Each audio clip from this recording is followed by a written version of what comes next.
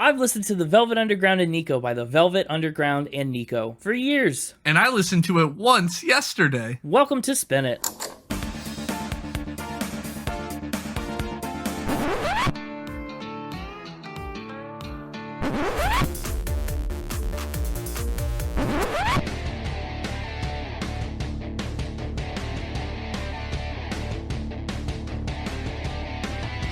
Hello, everybody, and welcome back to Spin It, the record ranking podcast for people who would rather be listening to music. I'm James. It's a special time of year. And with me, celebrating this special time of year, is Connor. And it is indeed a very special time of year. This is the first week of Mixtober 2024. Mixtober 2024. That's what we call October, just because.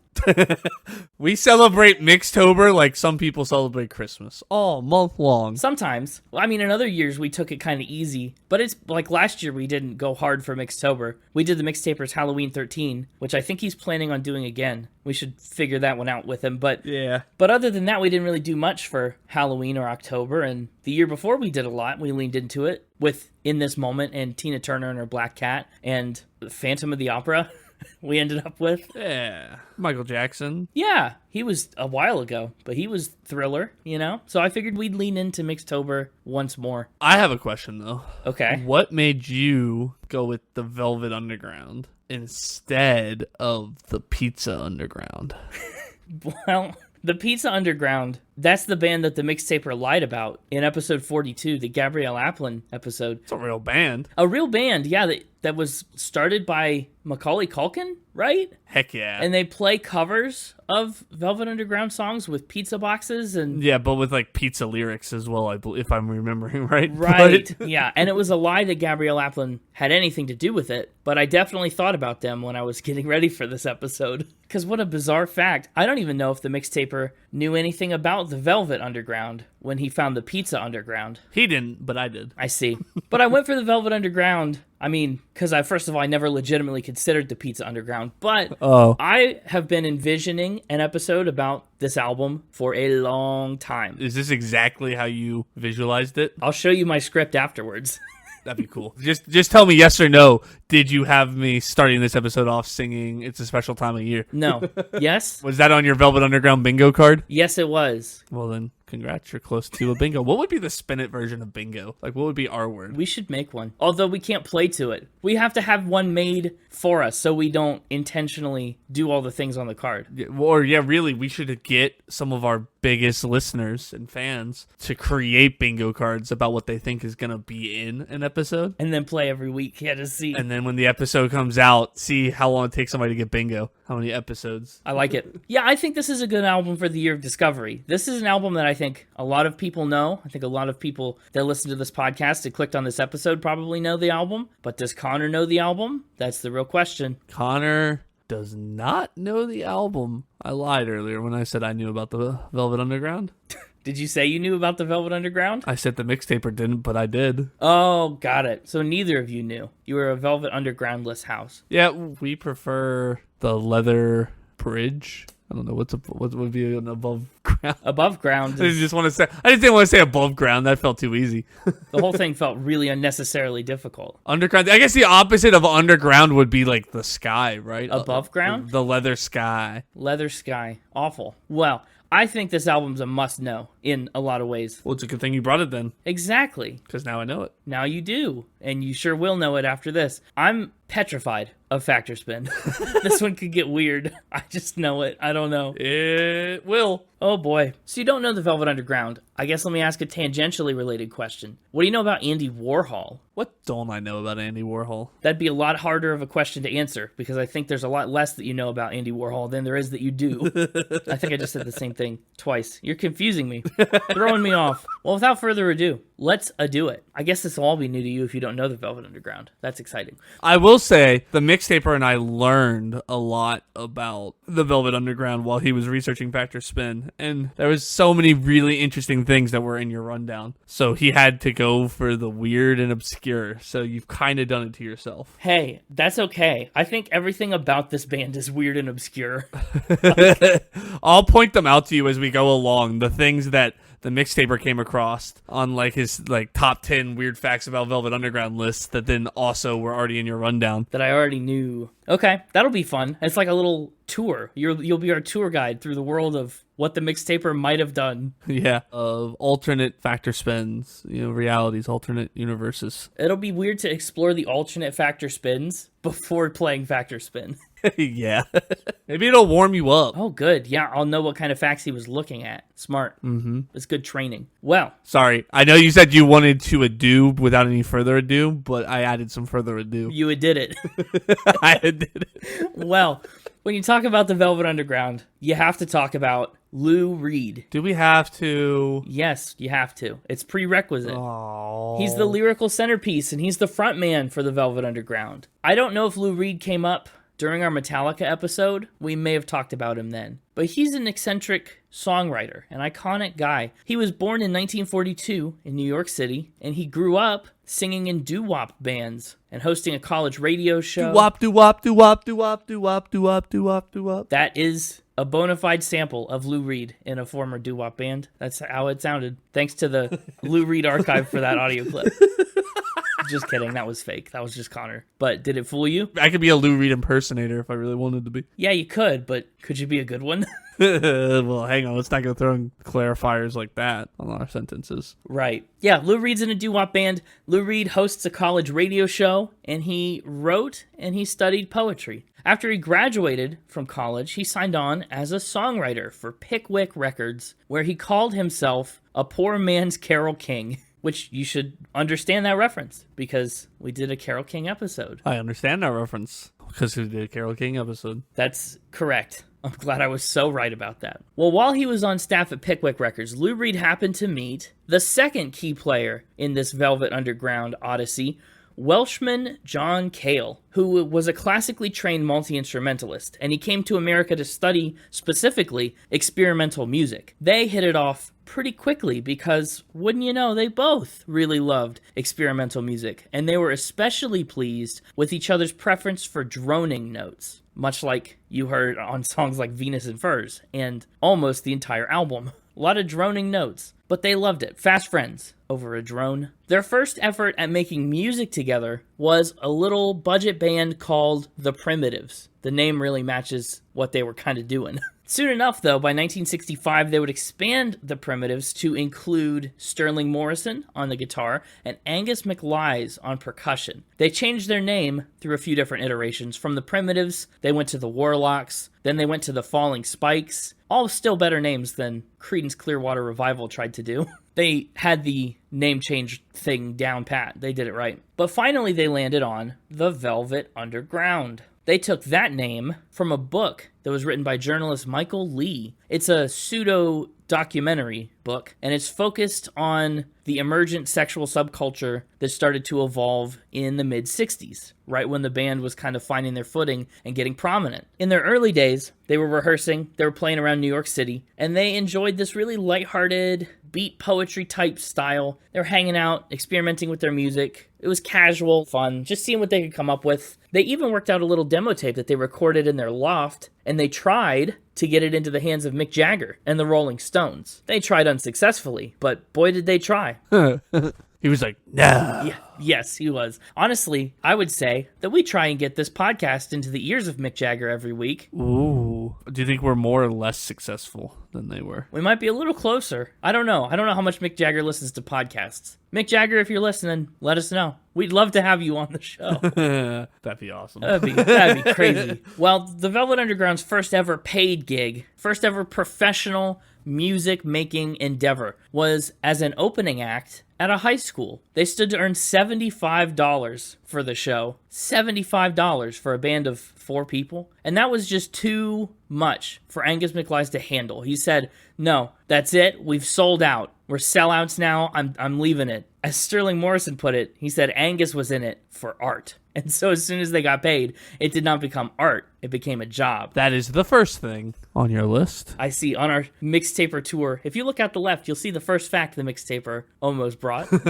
Yeah, thought that was interesting. Selling out for $75. Yep. His title was The Band Were Sellouts. Dang. I'm sure he wasn't the only person that's thought that over the years, but nowadays, retrospectively, that seems wild. Hey, you want to be sellouts for this podcast? Would you take $75 from somebody? No. What, you wouldn't accept $75 for this podcast? If they were like, hey, we like your podcast, here's $75? Well, if they just liked it, Yeah, but then we'd get paid for it, so then it wouldn't be art, be a job. I don't know if we should really get into a discussion on what is and isn't art.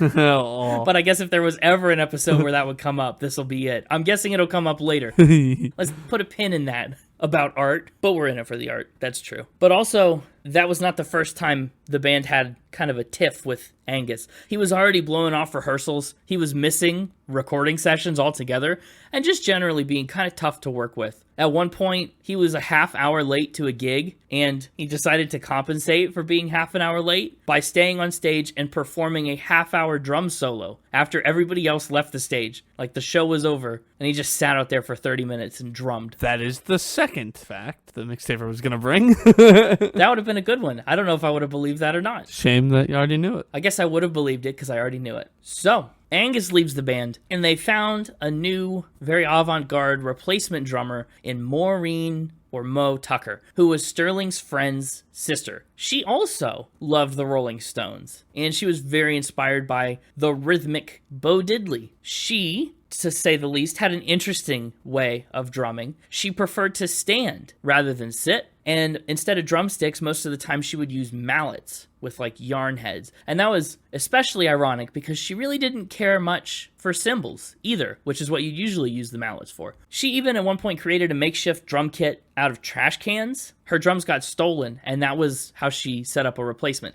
In any case, Mo Tucker's the perfect fit for this little out there experimental art rock project. 1965 was also a pivotal year for the Velvet Underground in a major way. That's the year that they got on the radar of famous artist Andy Warhol. Inventor of Campbell's soup. No, he didn't invent Campbell's soup. He just captured its essence on canvas.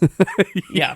No, you probably know Andy Warhol, right? I mean, Connor we've established, but the audience, you probably know Andy Warhol. Not in the world of music, because he's not really usually in the world of music, but he did paint those Campbell's soup cans, and he did those screen prints of Marilyn Monroe. Mm-hmm. I actually I think saw a parody of those screen prints at, like, Buc-ee's or something. I don't know. There's references to Andy Warhol in his work everywhere. He's an artist, first and foremost, and that doesn't just confine him to the box of paintings and visual art. That would make him a painter. That's right. But Warhol can't be put in a box. He also tackled all kinds of off-the-wall film projects. What I found out is that if you start digging into Andy Warhol, suddenly you find yourself watching an 8-hour video of nothing but a still shot of the Empire State Building.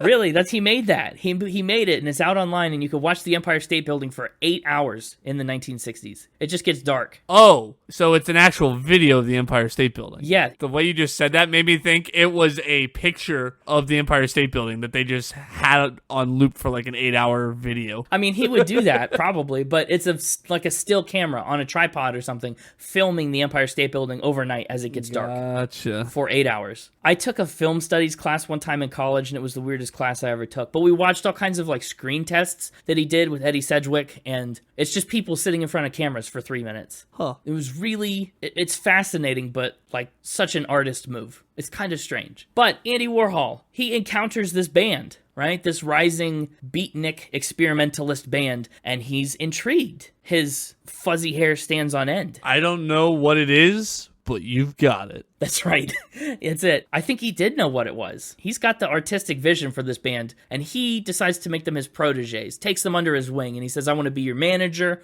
I want to bankroll you. I want to get producing credits on your music, like the whole 9 yards. He's the reason that the Velvet Underground got connected with Verve Records, a subsidiary of MGM, selling out even further, some would say. Angus. Mm-hmm. But he got them signed to a record contract that gave them pretty free reign over their sound and their style. Go crazy, make art, do what you do, and he turned them loose. They actually credit him a lot for that. They're like, his name being on it meant that all the like sound engineers basically were like too afraid to touch anything and left everything in the way it was given to them. Oh, yeah. Because they didn't want to mess up his vision, even though he really was pretty hands off for them and let them make their own music. Yeah, exactly. Which is pretty cool to have that kind of authority stapled to your like debut release. And I mean, artistic guidance. Yeah, he was pretty hands-off musically, but he did have some artistic input, and it shows heavily in the final product of this record. And one of the ways he influenced them indirectly was he put them front and center at his traveling multimedia art extravaganza called the Exploding Plastic Inevitable. It's kind of like a touring art circus, and they would show film clips, and there'd be strobe lights and music and dancing and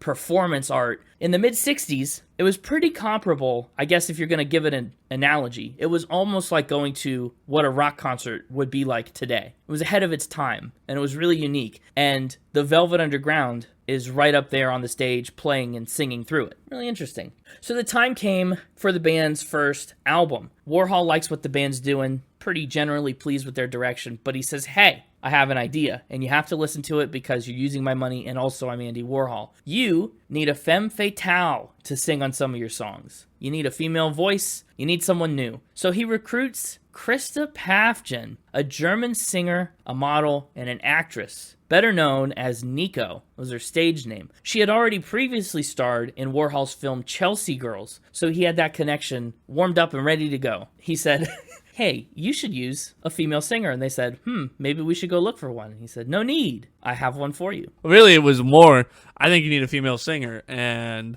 the band went, no, we don't. And he went, but I'm Andy Warhol. And they went, oh, you're right. So maybe we should go look for one. and then he said, sure, go ahead, go look for one, as long as where you're looking is right here in front of you.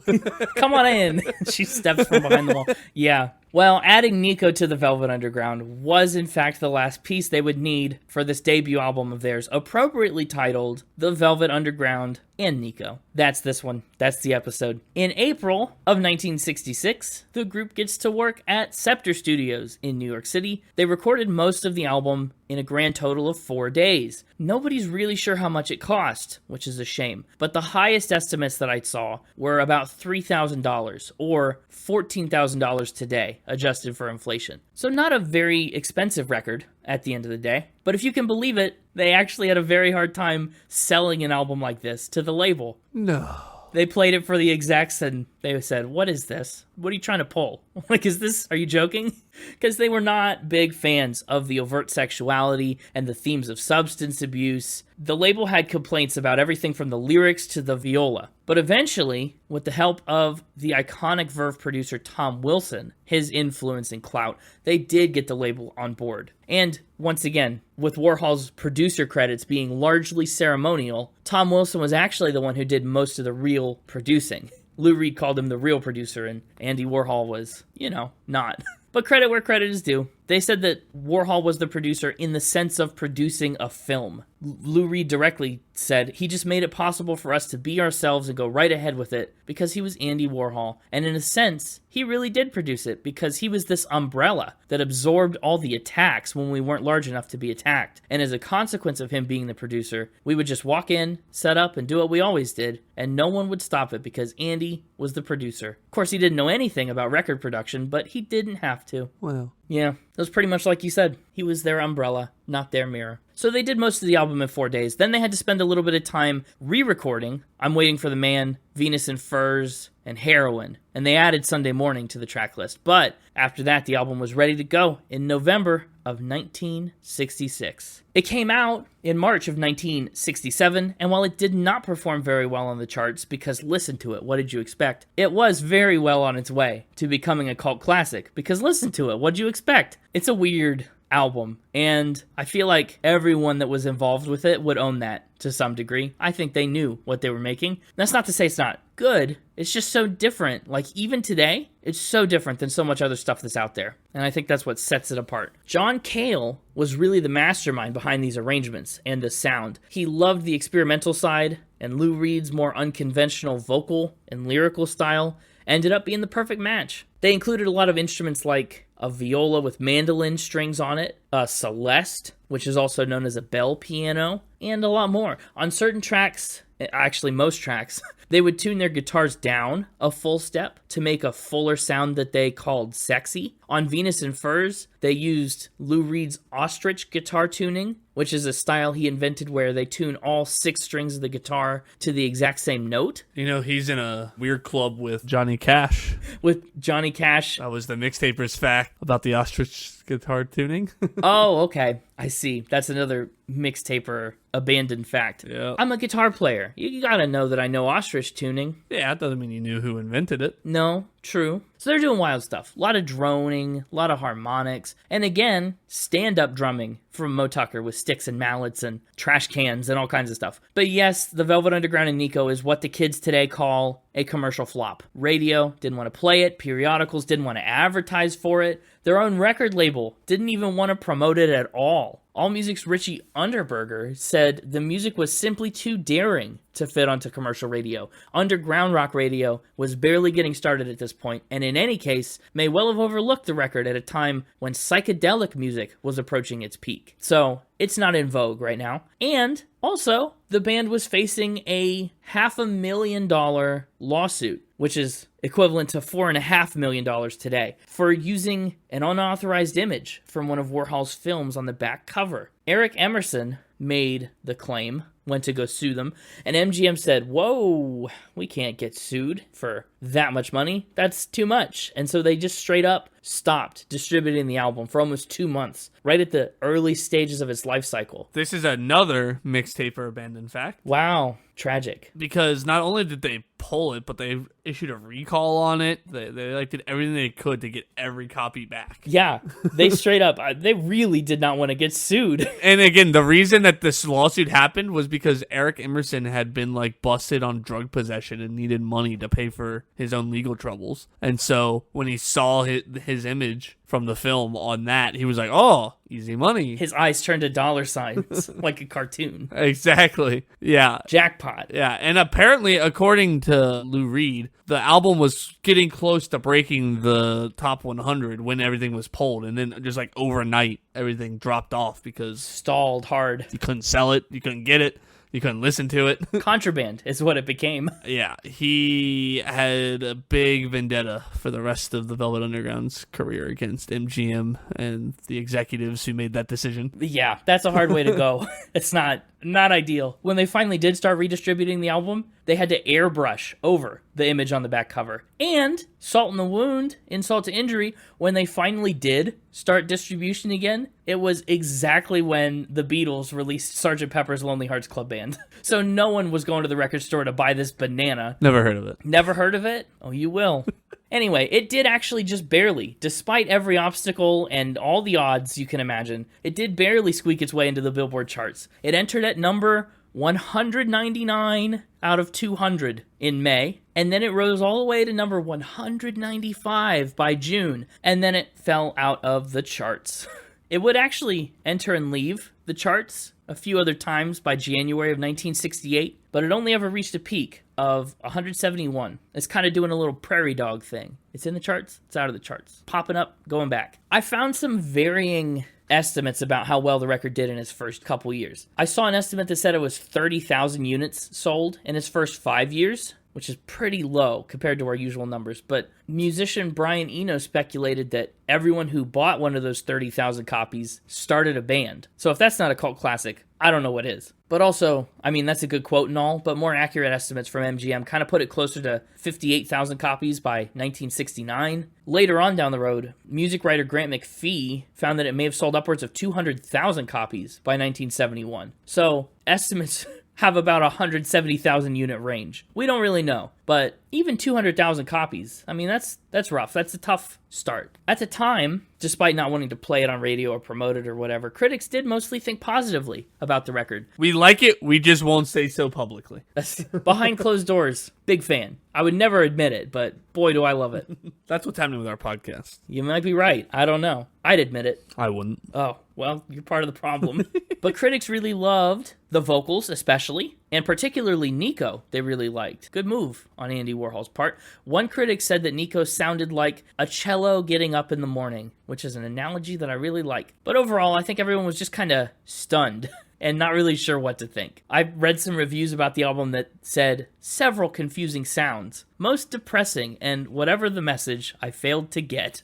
Or as lifeless and inanimate as the discarded banana peel, touching every cliche in the rock and roll spectrum while missing the genuine fun that good big beat renderings can offer. Or like this review that called the album tedious, despite their ventures into electric viola. But over time, the album has aged quite nicely. It's got 5 stars, A ratings all across the board. By 1997, 20 years on, publications were naming it the 22nd greatest album of all time. The Observer put it at number 1 on a list of albums that changed music. Pitchfork in 2017 said that it was the number 1 best album of the 1960s, which I think is maybe a wild claim to call it the best, but it's in the conversation for sure. But the best? I don't know. Anyway, after all the record label drama and the lawsuits and the general complications, Lou Reed and Andy Warhol kind of start to butt heads a little bit. They parted ways shortly after this album came out on kind of abrasive terms. Didn't Lou fire him? Yeah, that's pretty much how it happened.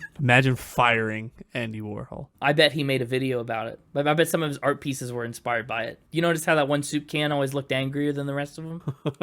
That was the 1968 post-Velvet Underground can. Imagine if this podcast was managed by Andy Warhol. We'd be a lot weirder. Yeah, well, I was just saying something. We're already pretty weird.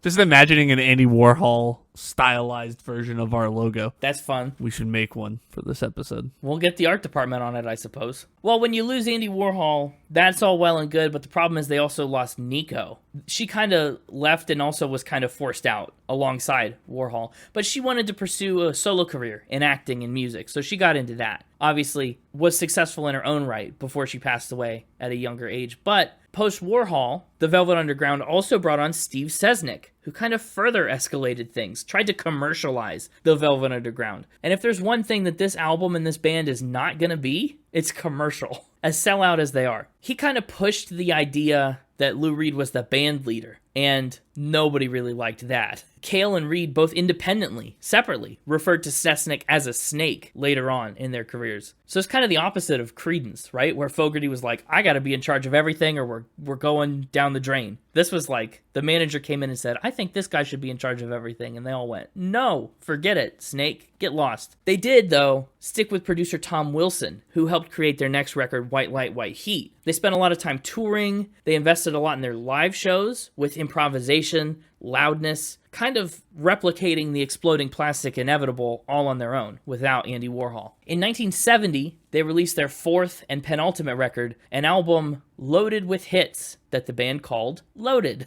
At this point, the music was getting a lot more pop-friendly, and the new addition to the band, Doug Yule, was starting to take over the lead vocals more from Lou Reed. And things just generally started to change for the band. Life happens. Sterling Morrison decides to go back to school. Mo Tucker gets pregnant, goes on maternity leave. The Velvet Underground in 1970 just starts to look a lot different. And after they finish touring Loaded in 1972, Lou Reed decides to leave the band altogether. He told Sesnick that he was going to leave, but Sesnick the Snake really sprung it on the band, like an hour before they were supposed to play a show. Lou Reed quit like a week ago or whatever, but the band is all here, sound checking for the show. Where's Lou Reed? And he's like, oh, by the way. Also, you don't have a lead singer tonight. Wild. Lou Reed described him leaving the band as he said, I left them to their album full of hits that I made, which is tragic in its own way. Their last album, called Squeeze, would come out in early 1973, but they kind of did the Lynyrd Skynyrd here. The ship of Theseus had sailed, because on Squeeze, there were no original members of the Velvet Underground. It was more or less a Doug Yule solo project. Although, fun fact, it did feature drums from Deep Purple's Ian Pace. A little spin cycle-y. But Squeeze received,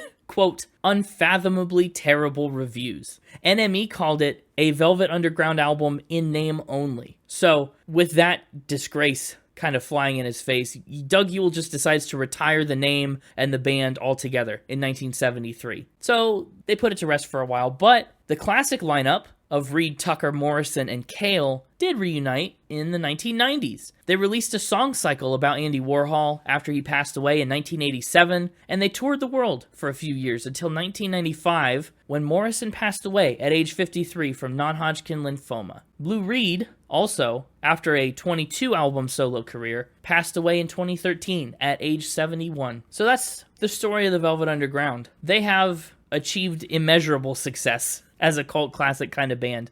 I think none of these songs are songs you'll ever hear on the radio, but they've found their way into people's lives and onto their record players, and they've kind of made history from underground, literally. As far as their awards and accolades go, the band was inducted into the Rock and Roll Hall of Fame in 1996 by Patti Smith, which was actually the last time the remaining original trio would be reunited. Robert Christgau deemed the Velvet Underground the number 3 band of the 60s after the Beatles and James Brown and his famous Flames. And Rolling Stone has loved the Velvet Underground, been very kind to them. Their first record was Rolling Stone's 13th greatest album of all time, and their 3 subsequent albums were also on the list. The lowest ranking one was at number 314. So that's pretty solid. That's pretty solid. Rolling Stone also put 3 Velvet Underground songs on their list of the 500 greatest songs of all time. From this record, I'm Waiting for the Man was 159, Heroin was 448. So there you go. That is what I've got on the Velvet Underground. And now it's time to find what stuff the Mixtaper actually did manage to salvage. I can't remember if you spoke up 3 or 4 times in that, but... I believe 4. Okay, I was going to say, I think I counted 3. We had a whole alternate round of Factor Spin, I believe. Yeah, we did. We could have. What might have been. But now, you know what? The audience got to know all of that, and now they'll get to know 4 new things, too. We've doubled the amount that people are learning. Hey, it's me, the Mixtaper. Hello, Mixtaper. I'm sorry. I feel like I should just come right out of the gate and apologize this week. It's fine. I'm actually happier with what I found. Oh, good. See, I've motivated you to improve. I'm like a personal trainer that's a little too hard on you. Yeah, what's really going to crush me is when I give you 4 of these, and on 3 of them you go, oh, I knew that. I just didn't include it in the rundown. I knew this. Surprise. That'd be nice. Maybe from your point of view it would be. Well, I don't know. There's just so much out there to know about the Velvet Underground and everything associated with that world. So we'll see. I'm mostly just afraid because if the lyrics on this album are as off the wall as they are, then I can't imagine where the facts are going. Up first, Lou Reed is in a special club with Johnny Cash. Wait a minute. Did Connor tell you that I found a lot of your facts already? Because... I mean, he mentioned ostriches already with, like, ostrich tuning and how Johnny Cash raised ostriches, and that's a thing I already knew. Oh, crap. Hang on. All right. Sorry, I thought you got the memo that we were doing, like, a pre-tour. Oh, yeah. Well, he didn't warn me about that until right before I was about to come out on the podcast, like a snake. Waited to tell me. Oh, until the last second. So I grabbed the wrong flashcards. I see. Here we go. All right, I got the right flashcards now. Good. What's a real first fact? Lou Reed is in a special club with Johnny Cash. Okay, well, I guess there's some other way that's applicable. There sure is. Well, what else did we talk about with Johnny Cash? We talked about how he bought 5,000 baby chickens to let loose in a hotel. That'd be a wild club for Lou Reed to be in. We talked about how he has a spider named after him. We talked about how he played country music in prisons, how he married into the Carter family. I don't know. It could be anything, really. What's the club that Lou Reed's in with Johnny Cash? He has a species of spider named after him. Oh, shoot. A recurring fact. It is the spider. So... now I have to think back. When you presented this fact for the first time, wait, no, now I'm all getting confused. The Johnny Cash spider was true. That was real. I'm mixing this up with the worm that Carlos Santana had named after him, which was false. Yes, that is going to be coming back. And coming back. But this isn't it coming back. This is another spider, which may or may not be true, but Johnny Cash really has the Johnny Cashy tarantula. Correct. Okay, so Lou Reed also has an arachnid. Yep. What's it called? Let's see here. I've practiced. Oh, good. Time to put all that practice to work. Luridia anulupes. Ooh, that's fancy. Nope. I take it back. Luridia anulips. Anulipes? Spell it. Anulipe. ANNULIPES. Anulipe. Anulipe? I don't know. You're right. That's a confusing one. But the first one is Luridia. That's a little easier. Yeah. Named after Lou Reed. Is it? What? That's the part that's named after him? Yeah, not Antelope. No, the Lou in Antelope. Antelope. I keep saying Antelope, and I think you spelled it not like that, but it's fine. Where is the spider found in the world? Underground. Oh, so is it one of those like tunnel spiders that digs a little burrow and jumps out at you like the trap spider or whatever? Yeah, I believe so, and I believe it's in Brazil. Oh, fun. So why is it named after Lou Reed? Aside from the underground thing, like who discovered this and when? Well, because the Luridia is a genus of velvet spiders. Oh, wow. It's a velvet spider that lives underground? Mm-hmm. Well, you have to name it after Lou Reed then. Sure do. But who discovered it and how long ago? I don't know, but in 2020, researchers discovered the 4th species within the Luridia family. Oh, he's got a whole family of spiders. Yeah, really, Luridia is the genus of the velvet spiders that has 4 species within it: the Antelope, the Colini, the Lucasi, and the Phoenixi. These all sound like Pokemon. The Phoenixi was found in Iran in 2020. Wow, how'd it get all the way over there from Brazil? I don't know. Curious. But you don't know when they found it. You just know that it's a velvet spider that lives underground. Looks like maybe 2012? Like right around the time he passed away? Velvet spiders are a small group of spiders almost entirely limited to the Old World. Oh. Which the Old World is a term for Afro-Eurasia. Right, pre-Columbian exchange kind of stuff. Yeah, with the exception of one species known from Brazil. What's the one species known from Brazil that's the exception? I don't know. You don't know? I'm looking. Oh, it's one that's not part of the Luridia genus. It is the Stegodiphyus. I think you just told me that this isn't true.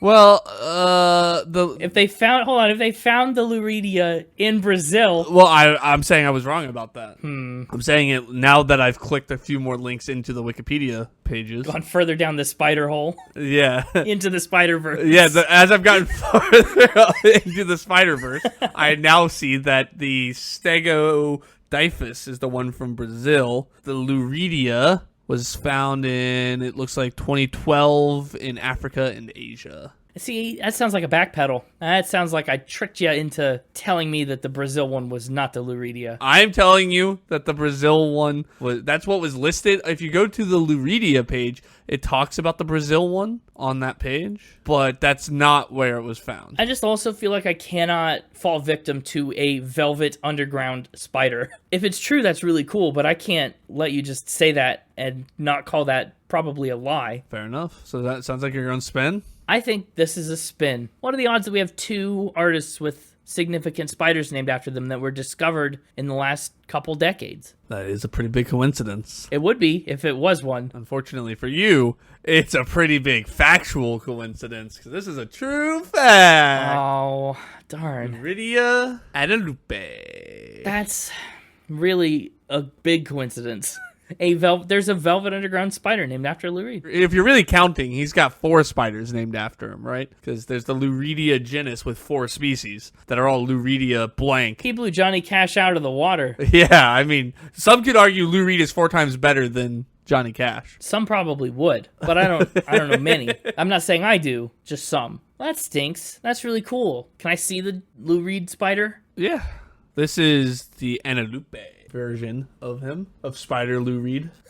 Now I'm picturing the Velvet Underground just made up of spiders. It looks pretty menacing. That's a spider that's saying, "You better not touch me."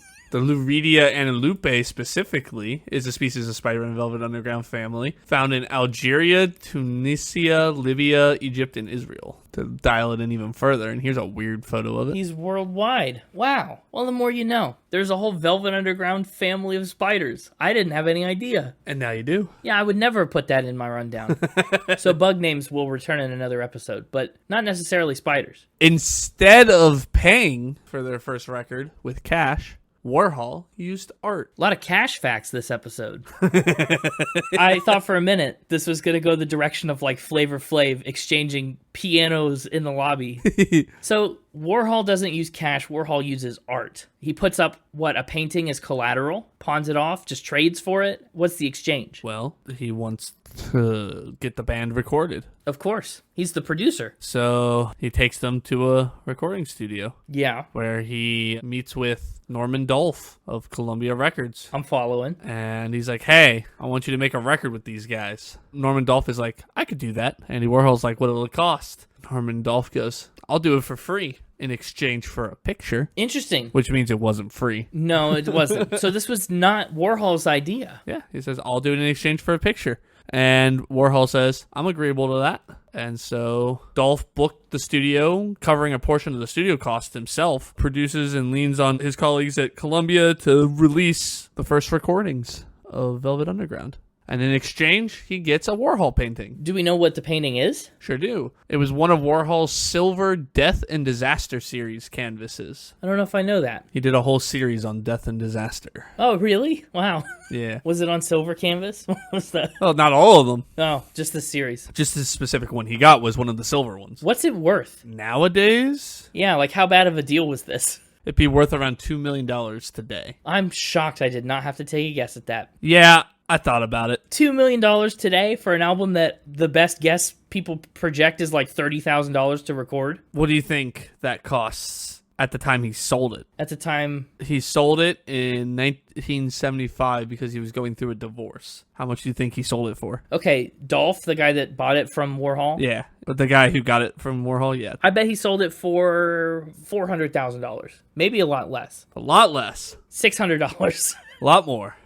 Okay, I've got a big range to play with here. $80,000. Less. $40,000. Less. $10,000. More. $20,000. Less. $15,000. More. I narrowed it down. Small window. $17,000. $17,000. And he remembers thinking at the time, geez, I bet Lou Reed hasn't even made $17,000 from this album yet. In 1975, that may be true.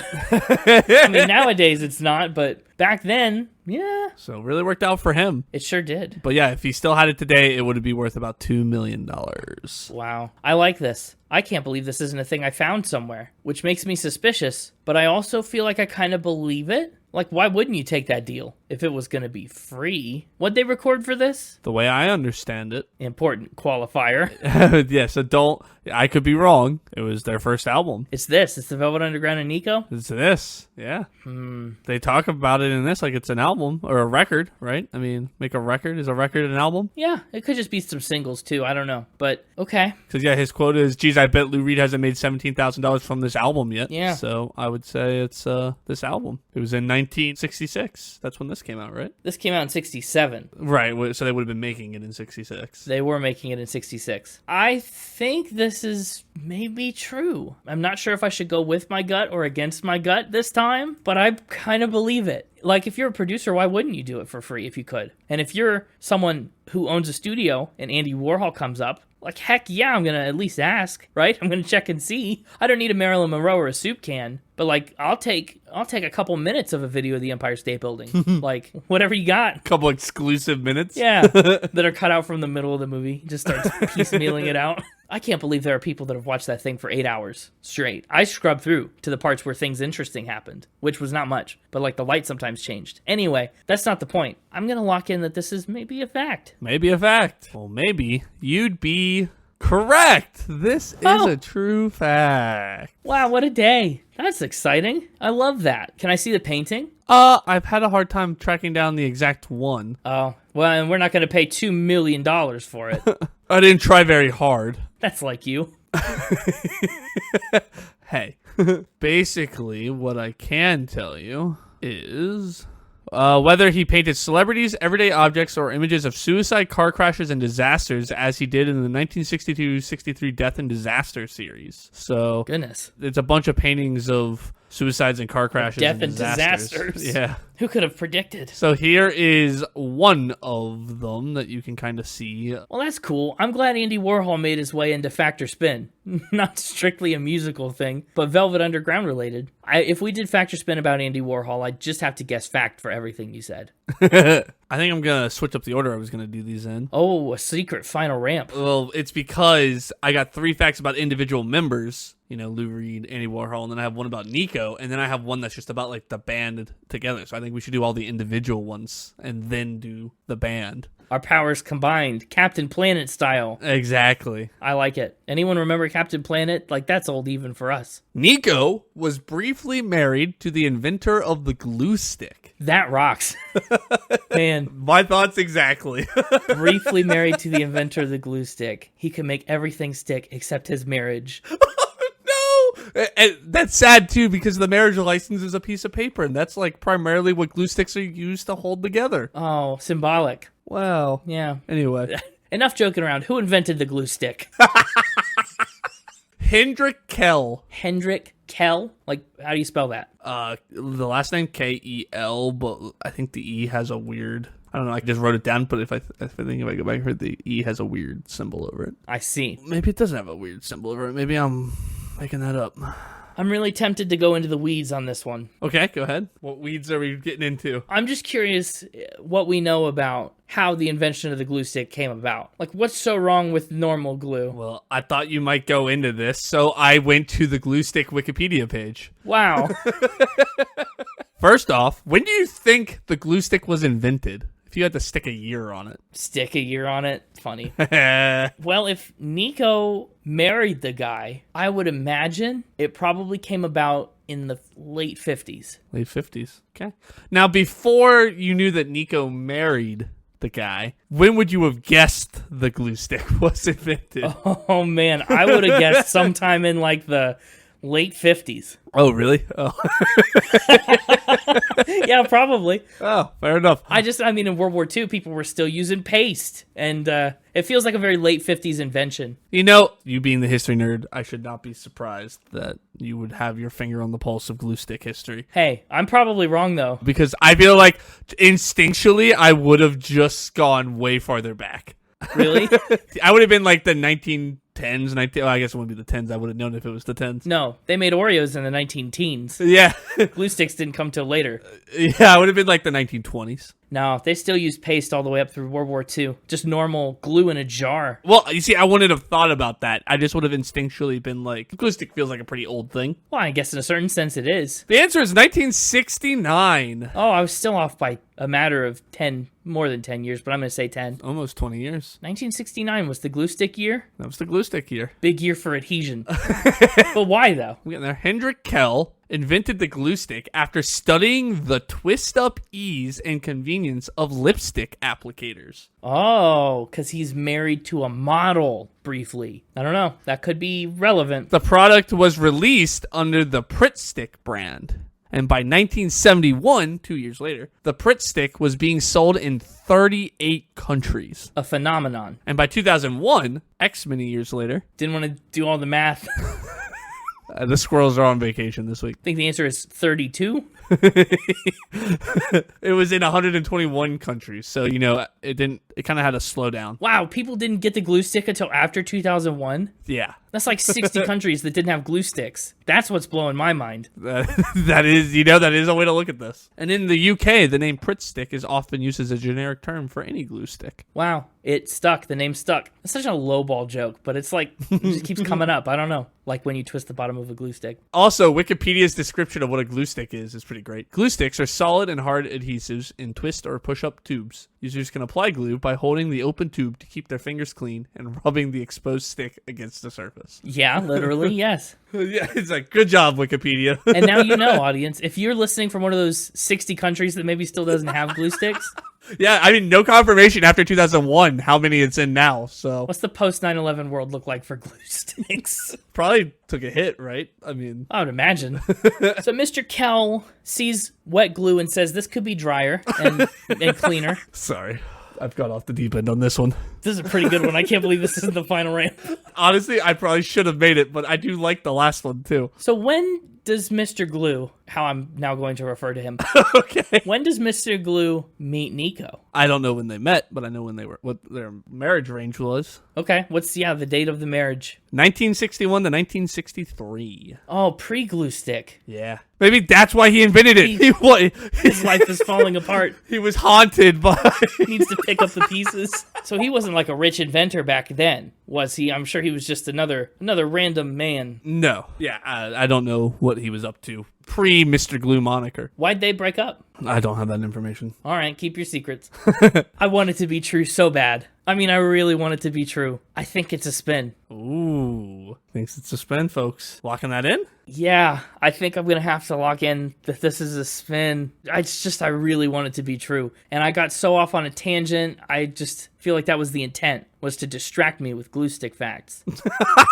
And it worked, but I'm not going to, the result will be different. Well, apparently it didn't work. If that was the intent, it sounds like that intent is failing. You're not distracted at all. That's true. You're actively calling out the distraction. I guess, when the glue stick came out, did she know that it was him? Did she, see it on the shelf in a store and be like, oh, Hendrik always talked about it? How would I know that? How would I know if she knew it was him?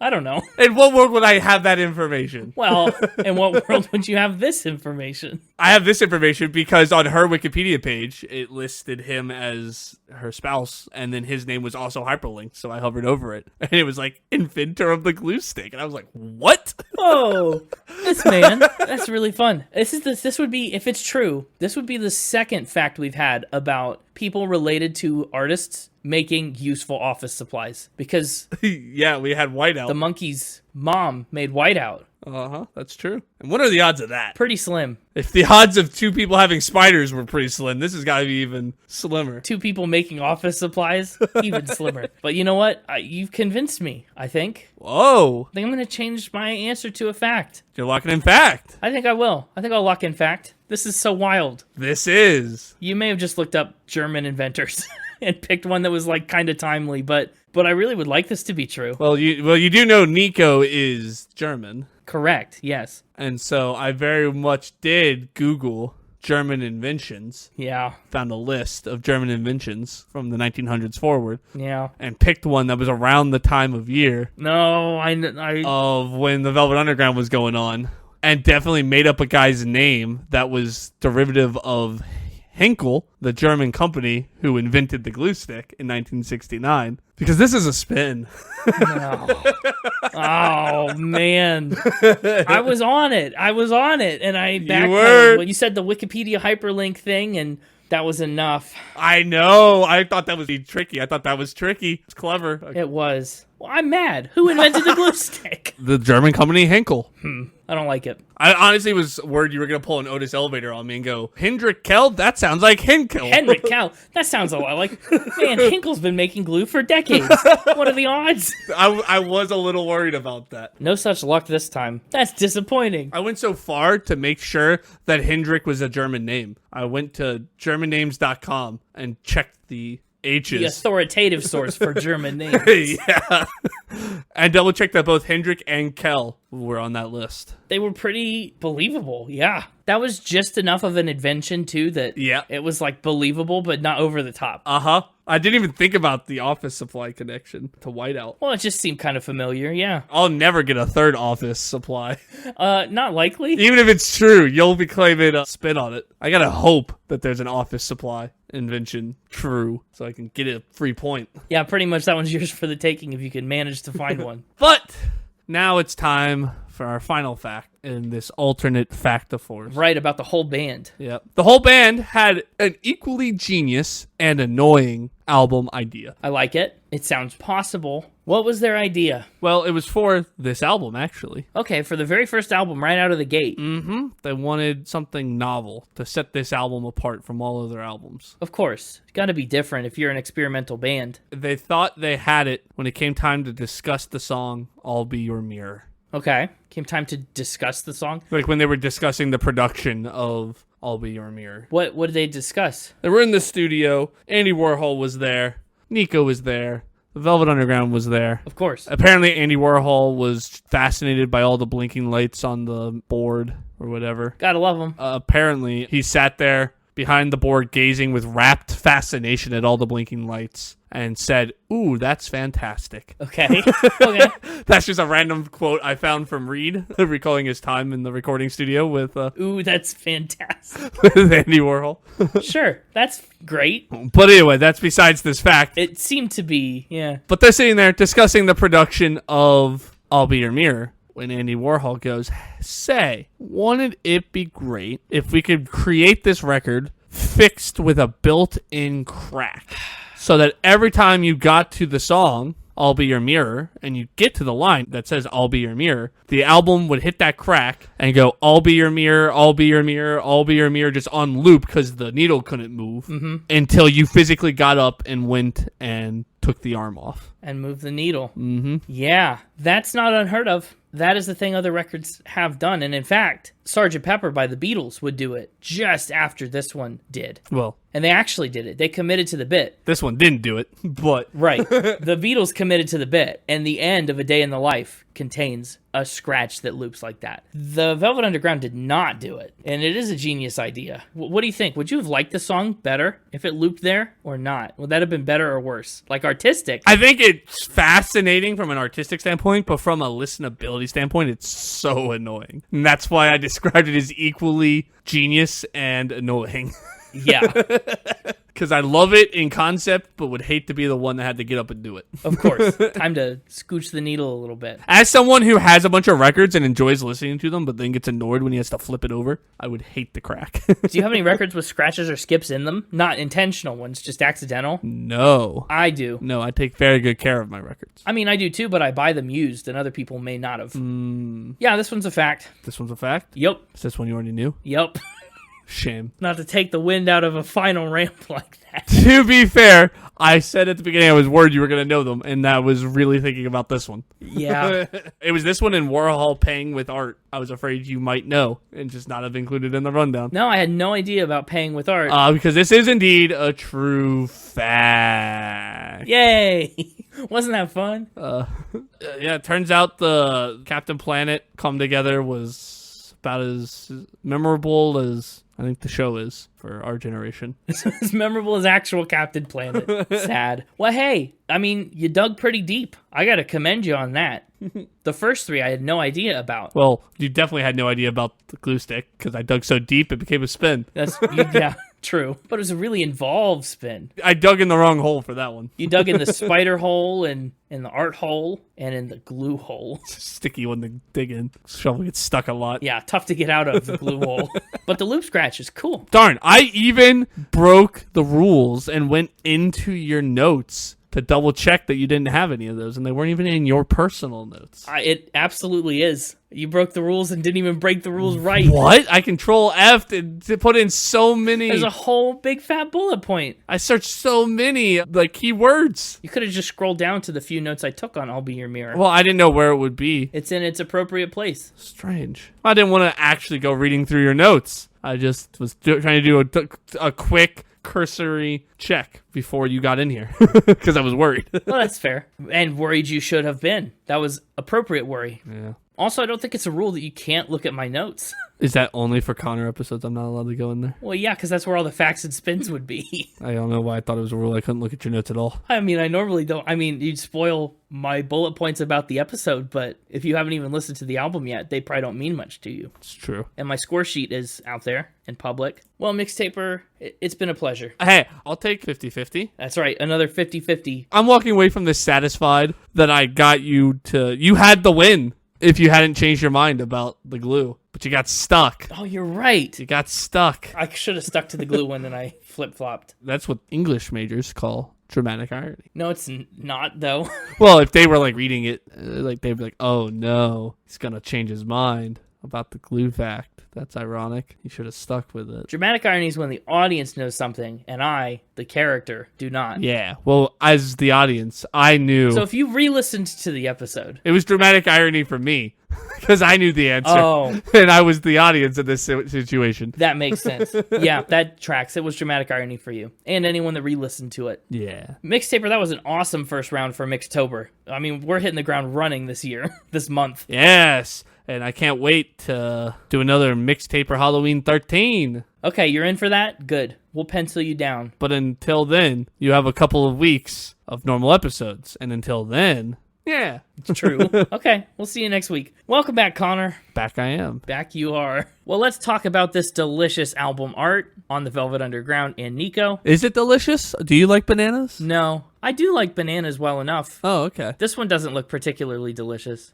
It looks about right. It's nice and yellow. It's getting close to the end of the yellow, though. All the black spots on it don't deter you? Oh, they start to do that, but there's still enough yellow that it's in its good eats stage. I don't know if you'd say that. Have you peeled slowly and seen yet? No, I'm a fast peeler. Okay. Well, yeah.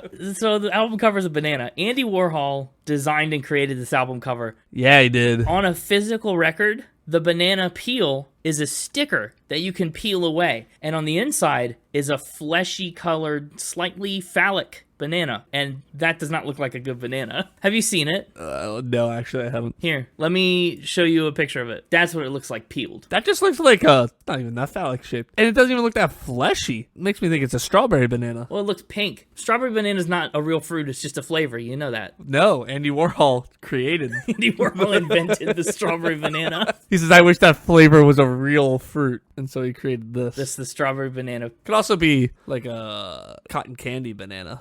To match the cotton candy grape. Yeah, we're just cotton candyifying all the fruits. Apparently. Get Jared Leto on the phone.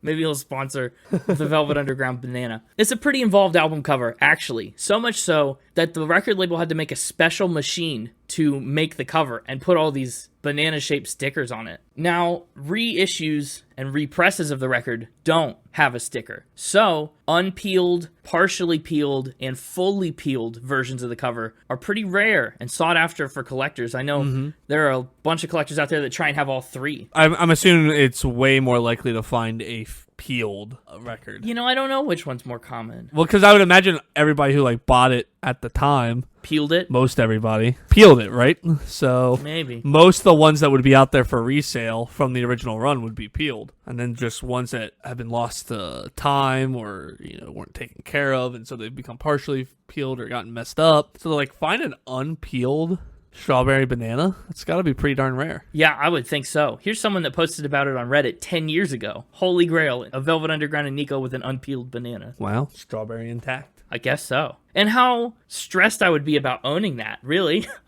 I'd be so protective of it. No, you can't have it. You can't play it. You can't touch it. You can look at it, maybe. There's got to be one being sold somewhere on eBay that we can find a current price on. Maybe, though. It's rare. Somebody somewhere is got to be selling one. Wow. This one, used, eBay, unpeeled, $5,000. Yep. That's about what I was guessing. I know what you're getting for your birthday. Something else. That's exactly what I was going to say. What would you do if I got you a $5,000 banana? I don't know. I don't know what I'd do. That'd be... It'd be significant? That'd be significant. I would maybe die. I couldn't go into debt to you for that. But that's the album cover. It's pretty cool. It is pretty cool. Also, funny enough, in 2012, the band and their company took legal action against the Andy Warhol Foundation for the Visual Arts Incorporated because the foundation decided to license this banana for merchandise, specifically phone and tablet cases. They put this banana on, and the Velvet Underground was like, you can't do that. That's our banana. Did they win? It was complicated. Their argument, the foundation's argument, was basically that It's not your banana, it's Andy's banana. Yeah, right. Well, they said, hey, you know what? We don't know if we actually own the rights. We may own the rights to this. And the Velvet Underground also never said, we own the banana. They just said, you, the foundation, definitely don't own the banana. It might not be us, but it's not you, is pretty much the argument that they made. And it didn't go anywhere, really. There was a bunch of legal red tape and rigmarole, and eventually the lawsuit was dismissed, and they settled out of court. So the banana remains uncontested. Maybe we own the banana. Well, if they're not willing to claim it, why not us? Why not us? You know what? I don't think that's a great idea, but it's not the worst idea you've ever had. No, I know what that idea is. Maybe I better not know. Probably for the best. Well, that's the album art. You've peeled slowly and you've seen. Do you think if you peeled extra slowly, the strawberry banana comes off as well to reveal a third banana and nobody's just ever peeled slow enough? I mean, honestly, from a guy who spent 8 hours filming the Empire State Building, that very well may be a feature that nobody had the patience for. But we're not peeling slowly. Let's peel fast. Let's get into this record. It starts, as every week does, with a Sunday morning. Does it? Well, it depends on who you ask. Some people consider the week to start on Monday, but I think the general consensus... No, those people are idiots. I'm just saying, I don't know if it starts with Sunday morning. When does morning begin? When does it officially stop being night? I mean, on a technical level... At 12:01 a.m., it's still like night out. Yeah, but it's the morning of Sunday. That's why it's a.m. at morning. That's not what that stands for, is it? No, it's not. I didn't think so. Well, whether the week does or not, the Velvet Underground and Nico does. Morning is the period from sunrise to noon. Okay. It is preceded by the twilight period of dawn. There are no exact times for when morning begins, also true for evening and night, because it can vary according to one's lifestyle, latitude, and the hours of daylight at each time of year. But the general rule of thumb is it's the period from sunrise to noon. So, sun's not rising at 12:01 a.m. That's true. Boy, that'd be awful. Anyway. Well, you've proved your point. Hope you're happy. I'll take your silence to signify regret. So this one features the bell piano. It's the very first thing you hear, this twinkly little bell piano. Fun fact about me, little glimpse into my life. I did actually set this song to be my alarm for Sunday mornings a lot of times because I'd get up early and the bell piano would wake me right up because of how shrill and loud it can be. You're a heavy sleeper too, so... Sometimes. Every time I've ever been around you. I would like to think that's not as often as it sounds from you saying that. The Mixtaper gave me access to his camera system. Yeah, no, this one will wake me right up. Really, this way? It's so peaceful and calm. Well, that's why it was a nice way to wake up. The bell piano pierced into my dreams. But you would wake right up, huh? I feel like I would sleep right through this. You think? It'd be so peaceful, it would just seep into my dreams. I'd be like, ah. It's like when like you're having a dream, but like other things in the world happen. Yeah, like as you're slowly like coming out of a dream, right? And so then like pieces of the real world start bleeding into the dream, but your brain does its best to make it fit in the world of the dream. Yeah, how can we hang on to a dream? As the Nice once said 100 episodes ago. Like, you know, you're having a nice picnic in the park with your gopher friend. And then like your alarm goes off and your alarm is set to like a big bwah, bwah, bwah. So all of a sudden it's like the nuclear sirens are going off. The nuclear sirens start going off in the dream and you're like, oh no, gopher, we gotta take cover from the nukes. And then you wake up and you're like, oh wait, the nuclear sirens were... That was my alarm. Yeah, well that's kind of what it was with Sunday morning. It bridged the gap between dream and reality. Yeah, I just feel like this one's too peaceful. It would just be like I'm in the park having a picnic with my gopher friend and all of a sudden a school choir comes by and serenades us. And I'm just like, oh, this is nice. This is peaceful. This is beautiful. Well, that's fair. It worked for me. It might not work for you. But try it and see. Report back. I have the nuclear alarm siren for my alarm, and it sits on the dresser away from my bed, so I'm forced to physically get up. You have to get up to disarm the nukes. Mm-hmm. Wow. No snooze button for me. I like this song. Yeah, I like it too. It's not really what I expected, to be honest. I don't know what you could have possibly expected from this album. Not really anything, but definitely not this. No, it's kind of a sore thumb of a song. Even once you've finished all 11 songs, there's nothing really like it. Yeah, I don't know if I could have defined my expectations going into this album, but I definitely know it wasn't this. Yeah, well, despite kicking off the album, Sunday Morning was actually the last song that the band recorded for the record. And it got added to the record, and maybe the reason it's such a sore thumb is because Tom Wilson wanted another song that could be a hit single, because this album is so full of hit singles. And he said, we probably should have an extra one. And he wanted another song with Nico on the vocals, because she's here as the Velvet Underground and Nico. She's a featured artist, you gotta feature her. So Cale and Reed wrote this entire song, Sunday Morning, with Nico in mind, and they even performed it with her. And she obviously sang the lead then. But for whatever reason, in the studio, they just decided to switch it around and gave Lou Reed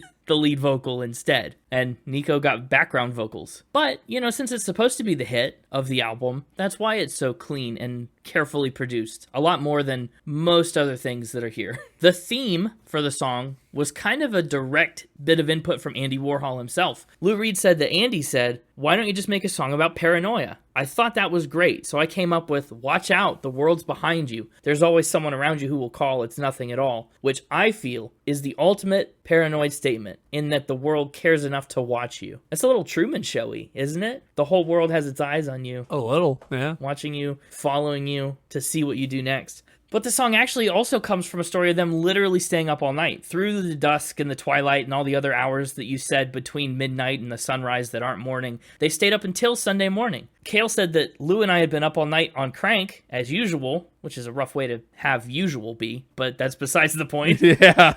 He said we decided to visit one of his old Syracuse college pals. Unfortunately, this guy's upper middle class wife did not appreciate visits from old college pals high on amphetamines at 3 a.m. who wanted to play music. Oof. He said he had a guitar, which Lou picked up, and the evening inspired him to write the song. What a blast. It's also one of the most covered songs from this record, I think by virtue of it being a little more replicable than other, more experimental tracks. Sunday Morning has all the bones of a real song, and so I think that makes a lot of people want to cover it. Popular covers include Fish, The Undertones, Beck, Strawberry Switchblade, and Orchestral Maneuvers in the Dark, among many others. But it is such a slow, nice start to the album. It is. What do you think about Lou Reed and his singing style so far? One song in, he kind of tries to follow that melody a lot. Also not what I expected. Yeah. Just from what we heard about the man and being somewhat seemingly aggressive and possessive of the band, right? He's the one that when he left the band was like, I left them with With an all album their full of or hits. whatever. Yeah. Yeah, like, he seemed like he was the leader in some ways, not some. always by choice of the band. Yeah. Yeah. Which made me think he'd have a more aggressive singing style, I guess, if I was stereotyping. Yeah. And he definitely does. It just doesn't come across, I think, on Sunday Morning. Not one track in. No. But, I mean, it pops out a little more on I'm Waiting for the Man, which is, I think, the first, real time you get a sense of what this album's kind of headed towards. It still isn't as aggressive as I thought it would be. Not yet. Brace yourself. They kind of try and dip your toes into it a little bit, right? They welcome you in with Sunday Morning, and then they kind of ease you in a little bit. I don't know. By the time we get 4 tracks in, 7 tracks in, you're no longer getting the kid gloves, right? They just throw you in the deep end at some point, but they let you warm up to it. I'm Waiting for the Man. It's a bit of a drug dealer track about a guy with $26 waiting for his heroin dealer, the hard stuff. The band recorded this song in May of 1966, going on 60 years ago now, which is wild. Later on in life, Lou Reed would assert that everything about that song holds true, except the price. So, what do you know? It's a timeless drug purchasing anthem. I was not as big a fan of I'm Waiting for the Man. What about it? I don't like the wait. You don't like to wait? Is that what your problem was? I'm impatient. I thought you were going to say it was because of the way the song kind of focuses all of its energy around 2 chords for the most part. That tends to bother you more than me. Sometimes. I don't know. I wasn't feeling it. Yeah. Sunday Morning was a surprise, and so then I'm Waiting for the Man just felt like you're trying to bait and switch me twice in a row. How dare you? Well, I don't understand how Sunday Morning was a bait and switch when you had no frame of reference. You hadn't been baited. I had no frame of reference. I had expectations. I just don't know what they were. They were ambiguous, and that just didn't do it. No, I actually don't mind the instruments on I'm Waiting for a Man. I think it's the vocal rhythms. I didn't care for all the long pauses. It felt like it was trying to be a genre that they're not. Ooh, interesting. Don't ask me what. But this one felt like they were trying to take their style of music that I'm only 2 tracks into and apply it to a genre that isn't what their style is. It almost has a 70s country rock vibe going to it. Also, they were ahead of their time, but in a totally different genre. Yeah, it's but they try to use their instruments and styles but to create a country rock song. Interesting. Are you getting those vibes? You see are you understanding what I'm trying to describe? Yeah, I see what you're saying. I think there's merit to that a little bit. I think if they were to make an album entirely up to them, hands off, whatever it is, if they weren't worried about having radio hits or success in any way, probably we'd have an album full of songs like Heroin and Venus and Furs and the Black Angels' Death Song more than I'm Waiting for the Man. It doesn't feel experimental enough. Listen, I understand I'm only 2 songs in, but it didn't feel like them. You've changed. The sellouts, they've sold out, man. What happened to you, Velvet Underground? Remember Sunday Morning? You used to be cool. This is leather above ground. Leather Sky, I think, is where you landed. Leather Sky. This is more Leather Sky of them. Oh, yeah, of course. Well, you might not have loved it, but critically, I'm Waiting for the Man's gone down as one of rock music's greatest, actually. I hadn't heard of it. No, that's true. But I don't know. There's a lot you hadn't heard of until I introduced you to it. I mean, how great could it be? It's the year of discovery. That's why we're doing this. It could be pretty great. Dave Thompson of AllMusic called it one of the all-time classic rock songs. Over chunky guitar, clunking piano, and jackhammer drums, Reed half sings, half intones what he would once describe as a love song about a man and the subway. So he's got words of praise. Rolling Stone ranked it the 159th greatest song of all time in 2004, and it jumped as high as number 81 in 2021. Consequence of Sound put I'm Waiting for the Man at number 65, Pitchfork at number 27, NME at number 6. It performs quite well on a lot of best of lists. John Cale actually said that he liked the song a lot. He said he was fond of it because it was rock and roll. I hammered the piano, smacking it with fists, and there was no backbeat from Marine's drums. It's very British sounding, mid-60s pop like the Honeycombs, Have I the Right. He said Lou came up with the riff, and his solos were crazy. Sterling used to do the solos live. His method was to play like unwinding a ball of string where you end up in the right place. I don't know exactly what that means, but you can imagine. David Bowie, OMD, and the Rolling Stones' Keith Richards have all covered I'm Waiting for the Man. They are all also waiting for men. We've arrived. We've arrived? Yeah. What do you mean? We're the men Oh. that they've been waiting on. They've been waiting on us? Well, I'm not selling anybody heroin. Yeah. That's not it. Keep waiting. I thought you kind of meant we'd arrived at track 3 and you were done being bait and switched, maybe? It's funny to go from a song about waiting for the man to a song about Femme Fatale, a very female-focused song. Was it another bait and switch? No, I actually really liked Femme Fatale. You did? Yeah. That's good, ballad guy. I mean, don't get me wrong. I liked Sunday Morning, too. I just wasn't expecting it. Sure. So they're 2 for 3 so far. That's good. Yeah, I think after the taken over Sunday Morning, it's nice that we actually finally get a proper track with Nico on lead vocals. And it's fitting that it's Femme Fatale since that's initially what she was envisioned to be in this band. Yeah. A Femme Fatale for the Velvet Underground and for the record. This is her song. Her first. I think I really like the chorus of this one where she goes, 'cause everybody knows. And then you just have the monotone guys come in of, she's a Femme Fatale. Yeah. I don't know why, but it made me laugh every time it happened. Because it's funny. It feels dated, that part of it. Because it even feels dated for them. That feels like something you'd hear in a 30s, 40s, 50s record, right? Yeah. And I think that's what's cool about it is it kind of blends past and present and skips over genres. Like, that's not a thing you hear on a punk rock record, and yet here it is. One man's future is another man's past. Literally, yes.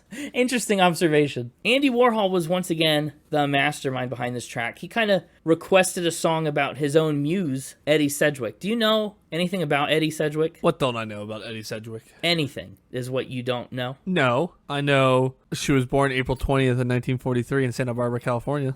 Very specific thing to know. She was. And she died November 16th in 1971 at age 28 years. Yeah, In Santa Barbara, California. that's true. From a barbiturate overdose. Yeah, Did I mention her birth year was 1943? you did. She was just 28 years old when she died. Another spouse was Michael Post. You didn't mention They that. were married for 1 year in 1971 until she died. No, you didn't mention all that. She was 5'4". You know, I take it back. I think you know how to Google Eddie Sedgwick. But yeah, it's kind of a tragic story. She would pass away 5 years after this record came out. But she, for a while, worked with Andy Warhol and was in some projects for him. But at this point, she's still his superstar, as he called her. She's an icon in fashion. So Lou Reed writes her into this portrait in Femme Fatale. Actually, this song was the B-side to Sunday Morning when it came out. Oh. So I guess that would have been the 45 for you. You get both of your favorite. If they're 2 out of 3, you could get all 2 on one record. I really like Nico's voice. I do too. It's like such a welcome change at this point in the album. And this, I guess if I was going to pick a song that was like Sunday Morning, it would be Femme Fatale. But for the most part, I think this still feels like kind of a normal-ish album. I think we start to deviate from that a little bit with Venus in Furs. I think some of the weirder side of this album starts to show by track 4. This is a classic example of their drone technique. It's amazing. It was done by John Cale and his iconic electric viola, and Lou Reed, who had 2 guitars. One of his guitars was tuned to DGC FAC, and then the other guitar was his patented same note on every string ostrich tuning. And I really love the effect that that drone has, because it kind of makes you uneasy, right? Sets you on edge right away. Yeah. pretty cool. It is. It's atmospheric in a way that the other songs, except maybe Sunday Morning, haven't been so far. I found a really cool quote. Eric Querston wrote an essay about Venus in Furs, and he said that there's no intro or build-up to the song. The track starts as if you opened a door to a decadent Marrakesh S&M/opium den, a blast of air-conditioned Middle Eastern menace with a plodding beat that's the missing link between Bolero and Led Zeppelin's version of When the Levee Breaks. I'll be honest, I'm still not feeling like Sunday Morning was such a out there track for their sound. Really? Not yet. I feel like we've been relatively consistent. Oh, well, maybe I was off when I said that. I've just always felt that it stood out a little bit. But that's fair. I just don't get many Sunday Morning vibes from Venus in Furs. No, but like the sound is still the same, right? It's like Sunday Morning and Femme Fatale are like ballad versions of their sound, where I'm Waiting for the Man and Venus in Furs is not.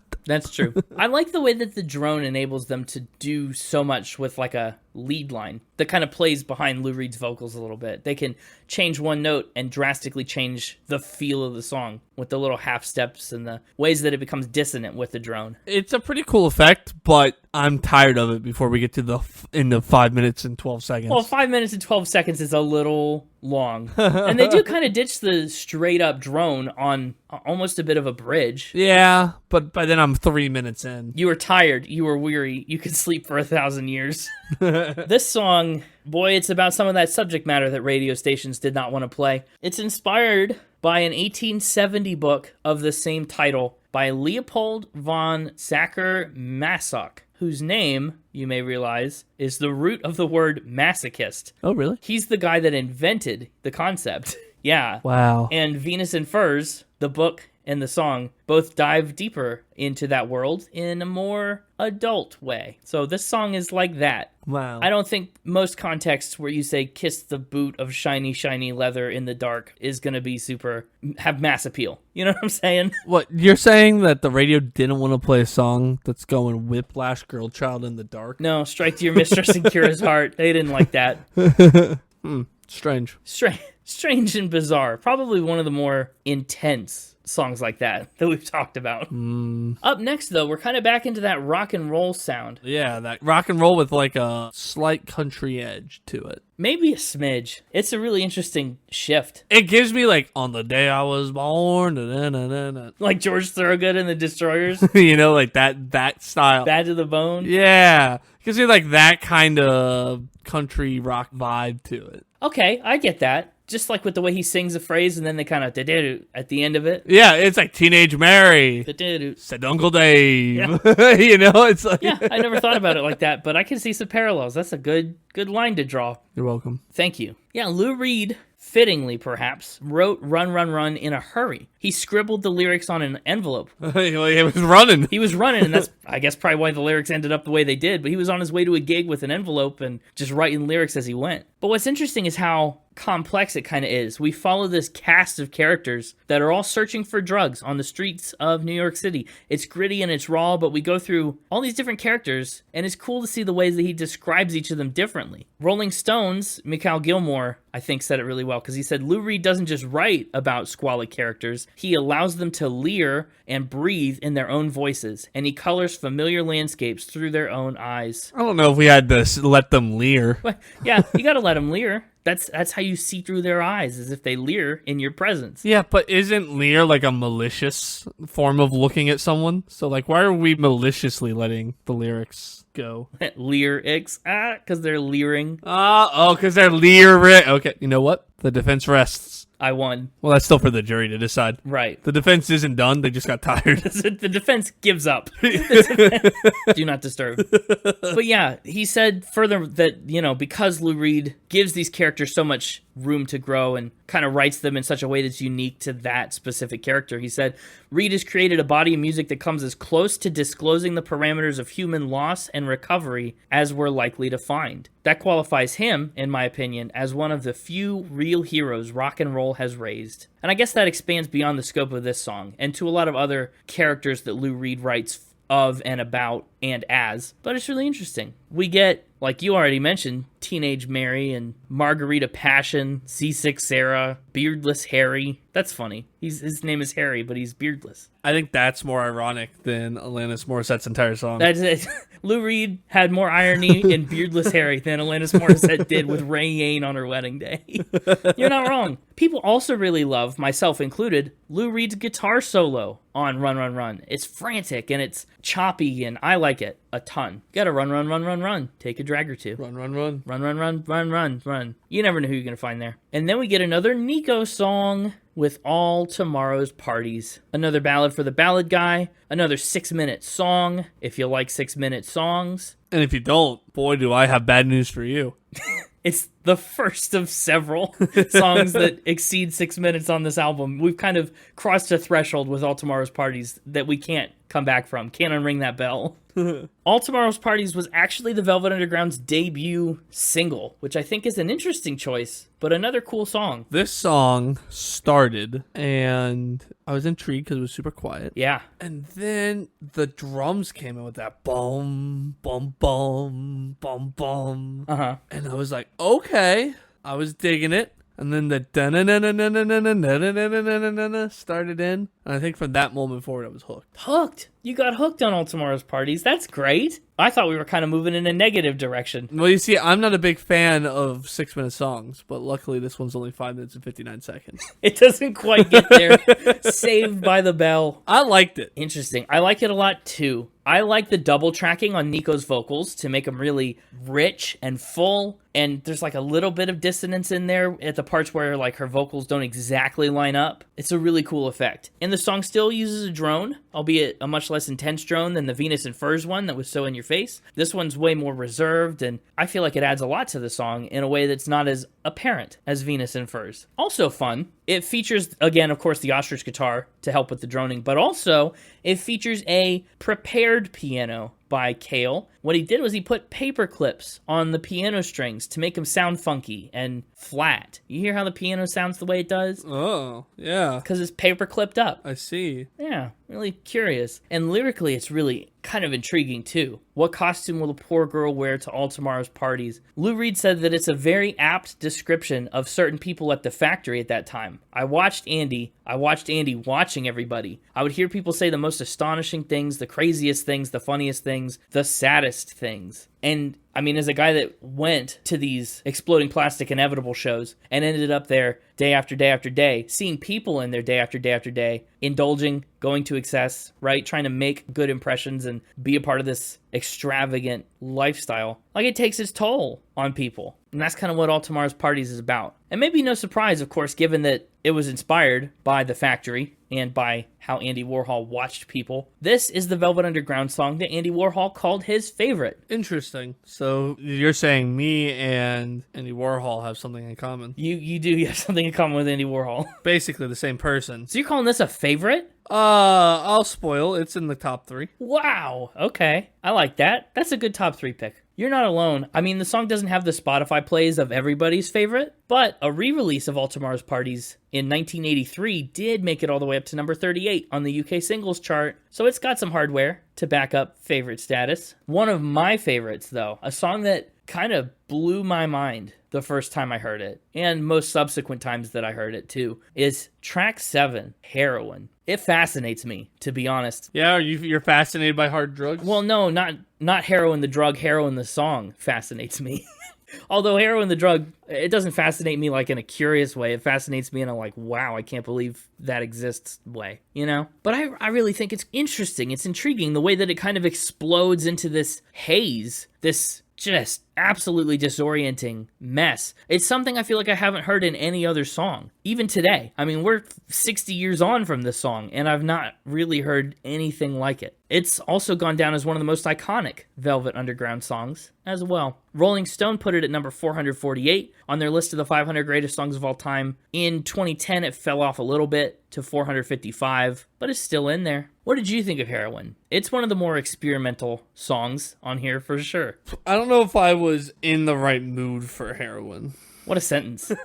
Yeah, that's fair. I can appreciate it for what it is, but I just don't think I was in the mood for it to give it the credit maybe it would normally deserve. That's reasonable. It's also, this one is over 7 minutes. Unlike the other song that couldn't even get to 6. This one's a cool 7:13. Exactly. And it's a long 7:13. Like, you feel every second of it, I think. Not in a bad way, just in a way. But this song had an interesting life cycle, as you could probably imagine. Lou Reed said, I was working for a record company as a songwriter. Actually, it was during his time at Pickwick Records, like we talked about earlier. But he said, they'd lock me in a room, and they'd say, write 10 surfing songs, you know? And I wrote Heroin, and I said, hey, I got something for you. They said, never gonna happen.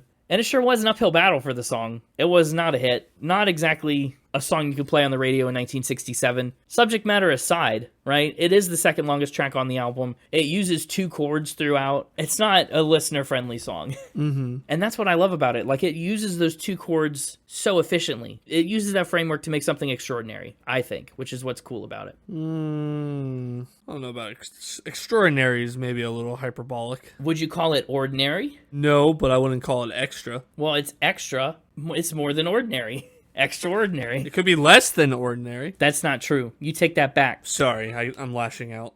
That's okay. I understand. I'm going through withdrawal. From listening to Heroin. Yeah. Yeah, well, after 7 minutes, my body was just so used to it. I can imagine, yeah. Now, it's important to note, though, that Reed denies that the song advocates for heroin use. It's not a pro-heroin song. He just wanted the band to talk about these hard and taboo topics objectively and quantitatively instead of like making a statement or a judgment about them. They're not really taking a stance on it. We're not saying you should do heroin, but objectively, it's not that bad. No, but objectively, if you do, this is what it's like. They're not saying it's not that bad, but it's really interesting. I don't know. John Cale said it's the desire for something that you can't describe. He said, this is about a guy who's jumping towards God or the perfection of Jesus. There's a ferocious desire within the song to solve a problem, right? The lyrics say, I'm going to try for the kingdom if I can. He doesn't have much left, apart from a desire to score. Spiritually, he's bereft, but he thinks if he can get his fix, life will become better. I don't know if it's about a specific person, more likely an amalgamation, but it's a beautiful portrayal of someone at their wit's end. So that's cool. One of my absolute favorite parts of the song, and I don't know if you even had a favorite part of the song,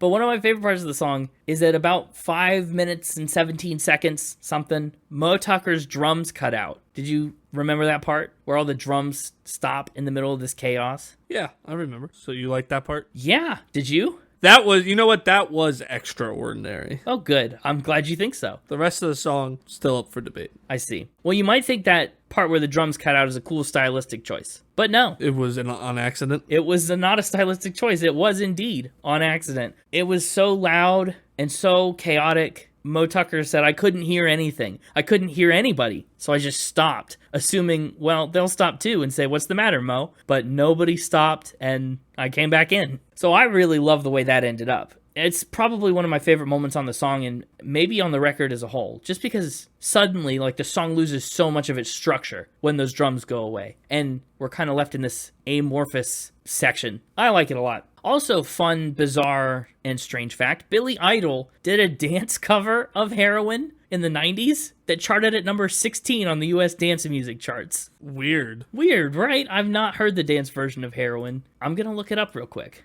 It doesn't even sound remotely like the same song. It really doesn't. like not even a little bit. But it is dancey. Very dancey. Okay, Billy Idol, go off. We haven't talked about Billy Idol maybe since the Miley Cyrus episode in Nightcrawling. But yeah. Up next, we're on to track 8, There She Goes Again. Back down to normal length.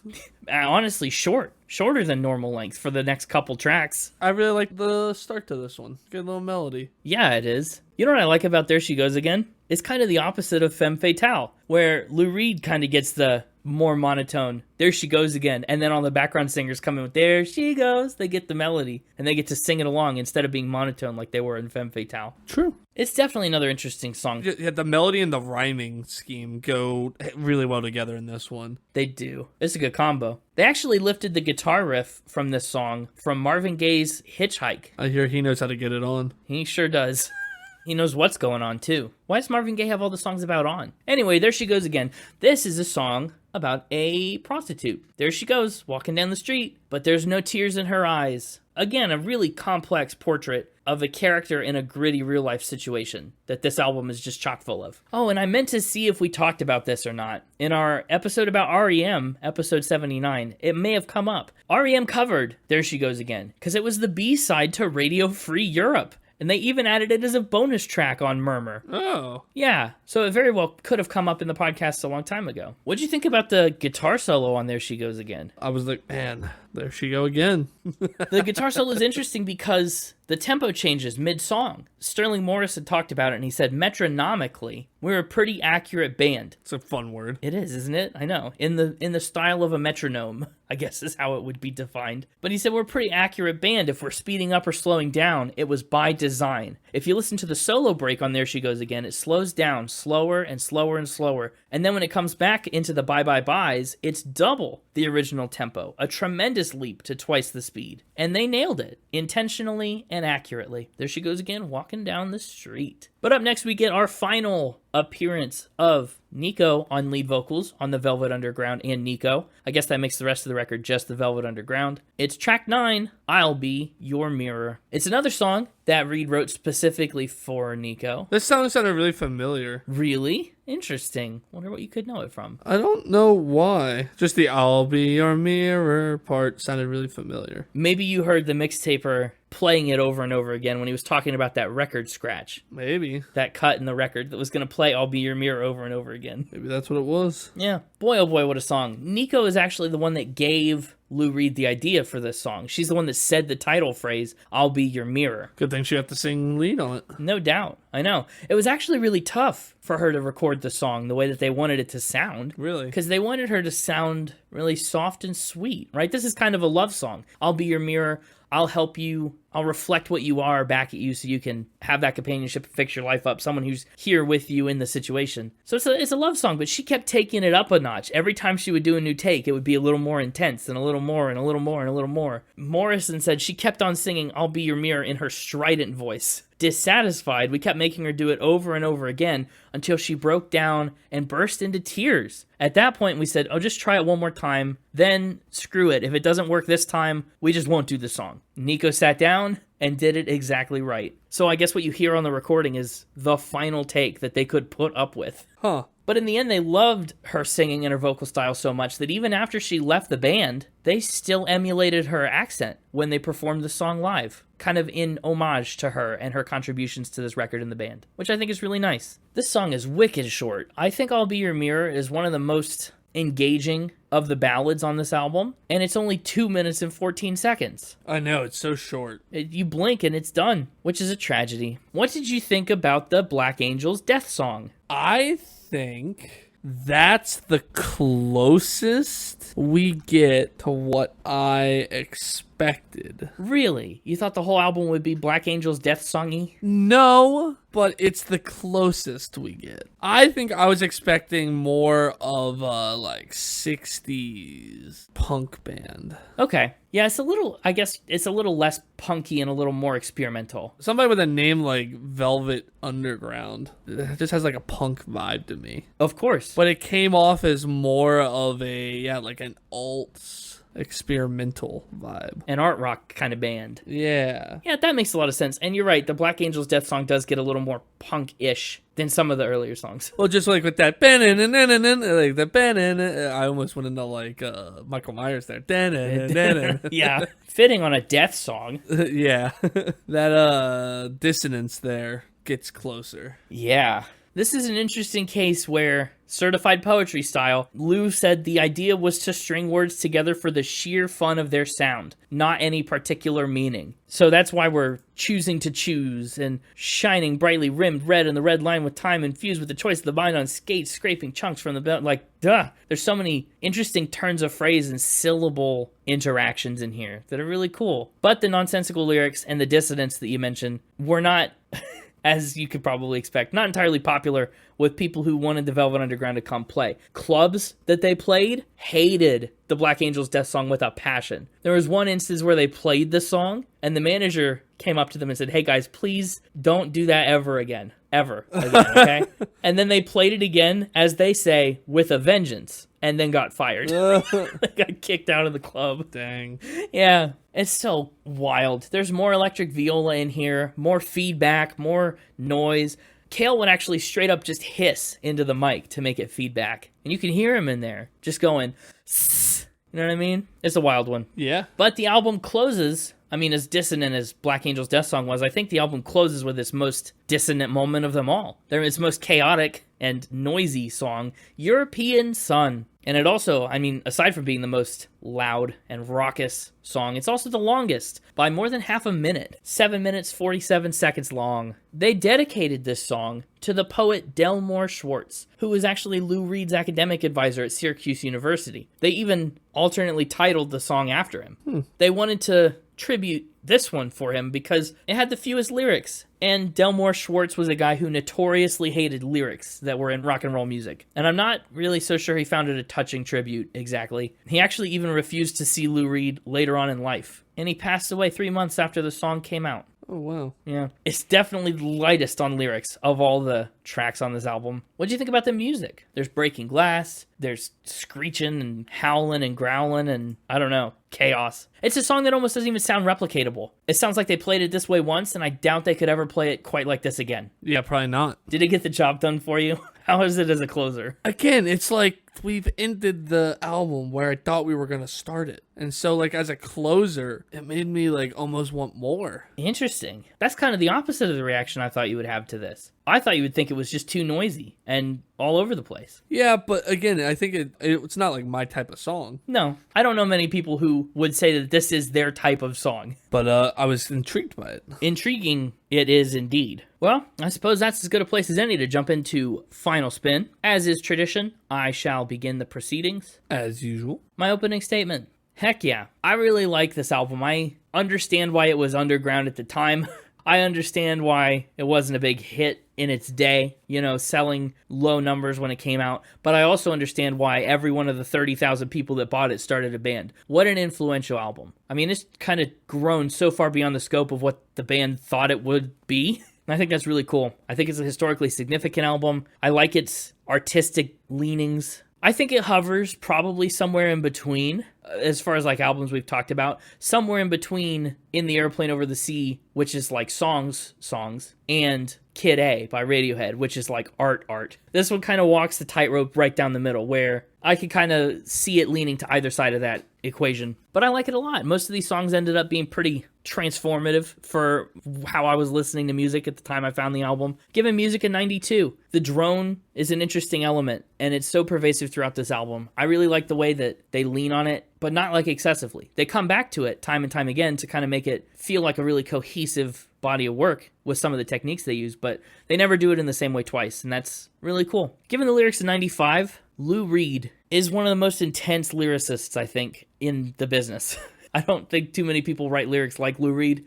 He does a good job with them. It kind of takes us through a lot of different phases in hardly 11 tracks. So 95 there. I don't know if I'd say hardly. Half the album was over 6 minutes. Well, no, I'm just saying hardly because European Sun hardly has any lyrics. I would say there was solidly 11 tracks. Yeah, there are 11 tracks. I'm just saying lyrically, Yeah. it's a little over 10 songs worth of lyrics. You get the point. I'll allow it. Okay, thank you. Instruments and production, I'm giving an 84. And it's a situation, I don't know if it's necessarily super intentional. I don't know if it's because they were a band on a budget. I don't know what the situation is. I've heard a lot of records from 1967 that sound not as old as this one kind of does in some spots, just by virtue of production. I'm not talking about songwriting or techniques. I mean, I think a lot of the stuff is ahead of its time, but just it sounds its age, which is okay. But I'm giving it an 84 for instruments and production. Ostrich tuning's really cool. Electric viola, iconic, revolutionary. Love it. Overall vibe, I'm giving a 98. I really enjoy this album. I really appreciate the history of the album. I like it a lot. So its overall score is a 94.3, and it lands on my list at number 24. Number 24? This is a top 25 album for you. In the past, it's been ranked higher. Yeah, other stuff has slotted in above it since, but That's nuts. I know.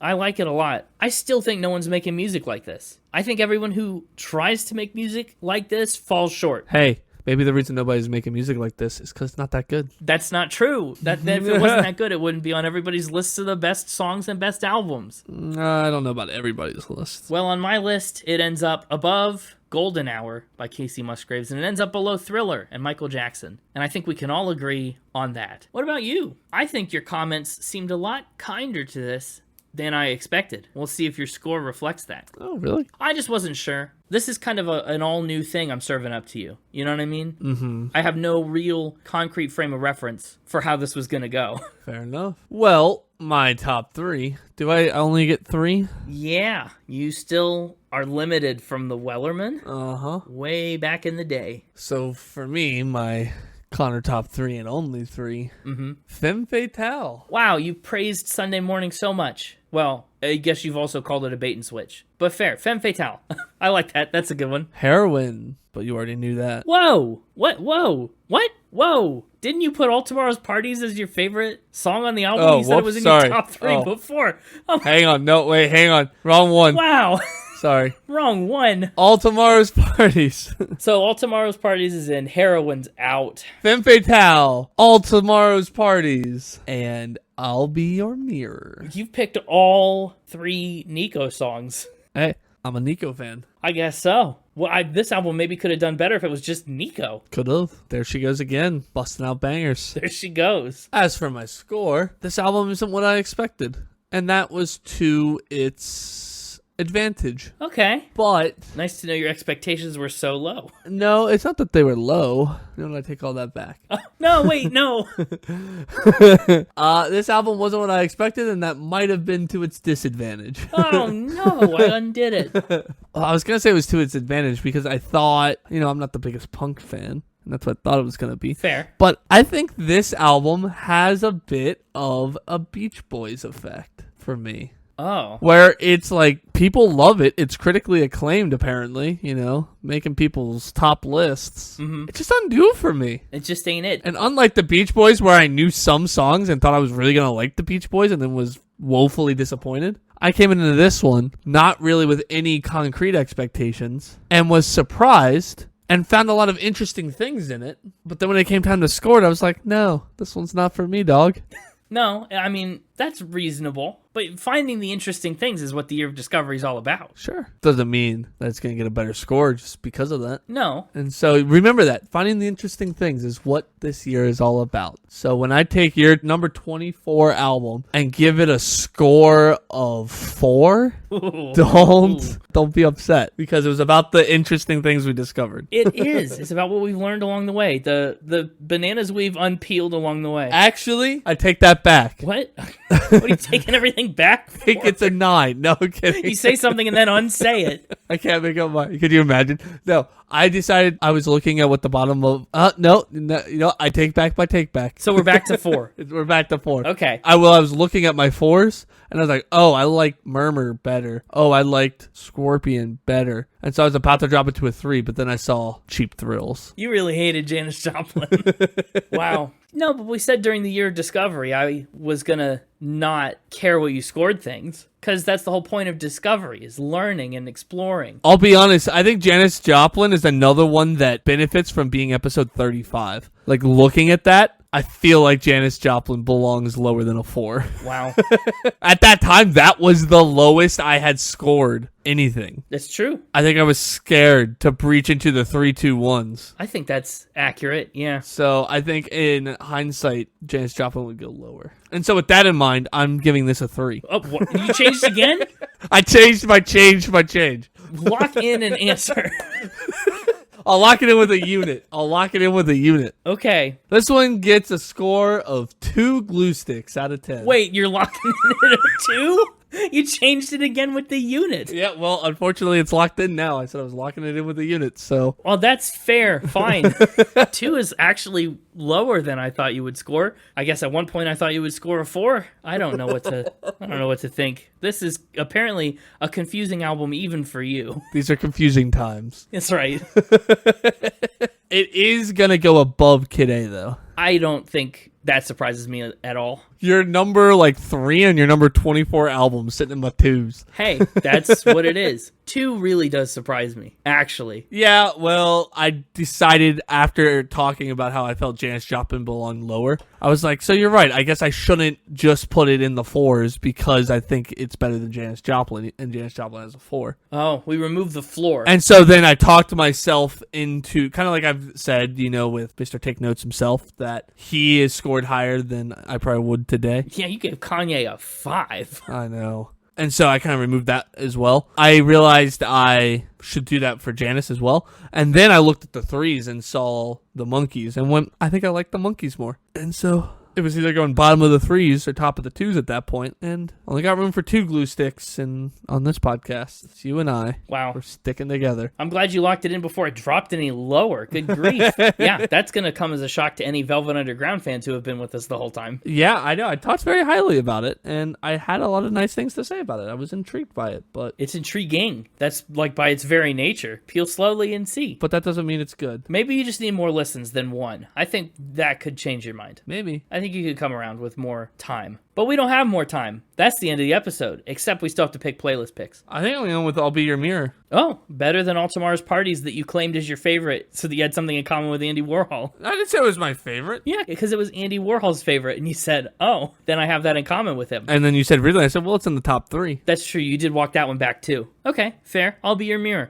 I think in conjunction with that, I'm going to pick up I'm Waiting for the Man. Nice. It's a little gritty. It's a little of the drone element. I think it pairs nicely with I'll Be Your Mirror and the ballad and the Nico. So there you go. That's the start to Mixtober. Tune in next week for another Mixtobery episode. Of course.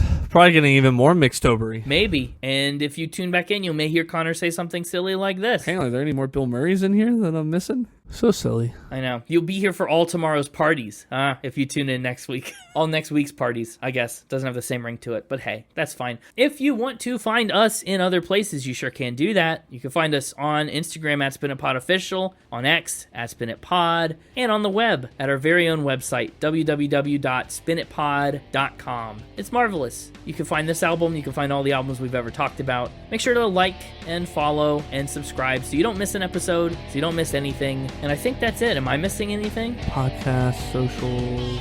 Oh, I know something you forgot. What did I forget? Keep spinning! I didn't forget. We weren't there yet. Keep spinning.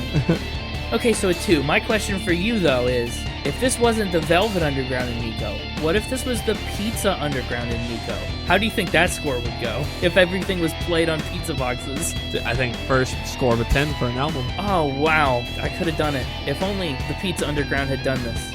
Maybe they have. I guess I've really never looked into it. I just took that fact at face value and never questioned what the Pizza Underground was. What if it was the Leather Sky and Nico? One of us needs to marry somebody famous, but like somebody that will be famous. Somebody pre-famous? Yeah, like Hendrik Cale. Hendrik Kel's not famous. He made glue.